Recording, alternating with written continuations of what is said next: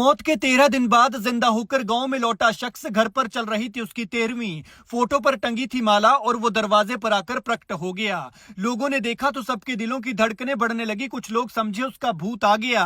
कुंभ में हो गई थी जिसकी मौत, फिर कैसे पड़ गई उसमें जान। पूरे देश में आग की तरह फैल गई ये खबर। 13 दिन बाद 13वीं के दिन वो जिंदा होकर लौटा। मरे को जीवित देखकर पूरे गांव में मच गई धक धक। पता चलते ही पूरी दुनिया हैरान तो गांव परेशान। जाने कैसे हुआ मौत के बाद जिंदा होने का ये चमत्कार। ये कहानी आपको हैरान कर देगी। क्या मौत के बाद आज तक कोई शख्स जिंदा होकर लौटा है?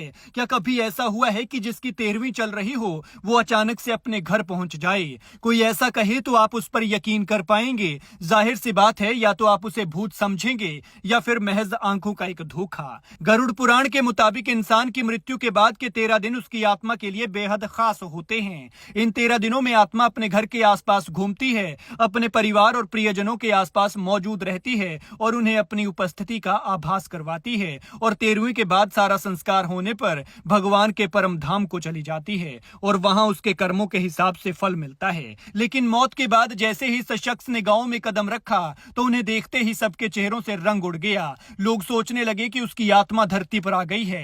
तस्वीरों में जिस शख्स को आप देख रहे हैं ये वही है जो अपनी 13वीं के दिन घर लौट आए हैं। नाम है खूंटी गुरु।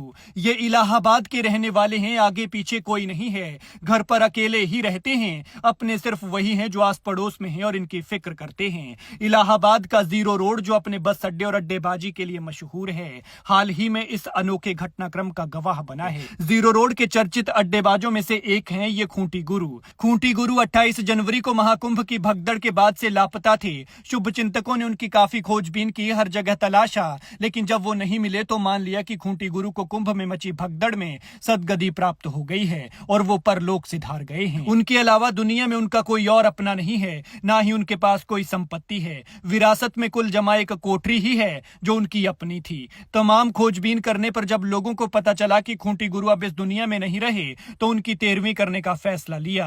खूंटी गुरु के घर पर ताला लटका हुआ था। लोगों के मुताबिक 11 फरवरी को खूंटी गुरु को मरे हुए 13 दिन हो रहे थे। ऐसे में वो 13वीं की तैयारी में लगे थे। 13वीं का जिम्मा उठाया था बिज्जू महाराज ने। उधर खूंटी गुरु की तस्वीर पर माला भी चढ़ गई थी, लेकिन तभी घर के दरवाजे पर एक शख्स प्रकट हो गया।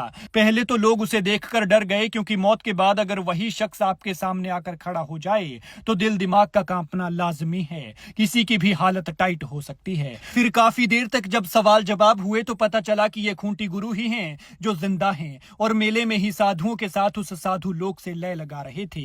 खूंटी गुरु ने वापस लौटने के बाद बताया कि महाकुंभ मेले में भगवत भजन और भोजन की कोई कमी नहीं थी, इसलिए वे वहीं टिके रहे। आखिर 144 वर्षों के बाद ऐसा दुर्लभ योग बना था तो उन्होंने इसका भरपूर लाभ उठाया।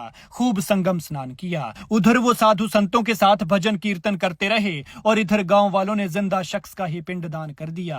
खूंटी गुरु कहते हैं कि वहां से आने का उनका मन ही नहीं हो रहा था। खूंटी गुरु के लौटने से जहां उनके शुभ चिंतकों में खुशी की लहर दौड़ गई तो वहीं कुछ लोग जो उनकी एकमात्र कोठरी पर नजर गड़ाए हुए थे उनके लिए खबर निराशाजनक रही। उनका उस पर कब्जे के लिए अब इंतजार करना होगा। वहीं जीरो रोड के मशहूर अड्डेबाजों में से एक अभय अवस्थी ने इस पूरे वाक्य को अपने फेसबुक पोस्ट पर शेयर किया है। उन्होंने पूरे मामले में कहा कि खूंटी गुरु के शुभ चिंतकों ने तो मान लिया था कि भगदड़ में उनका भी परलोक गमन हो चुका है। उनका कोई अपना नहीं था, ना ही उनके पास कोई संपत्ति है। उन्होंने लिखा कि खूंटी बाबा को हर तरफ खोजा गया लेकिन वो नहीं मिले। इसके बाद मान लिया गया कि खूंटी गुरु अब इस दुनिया में नहीं रहे।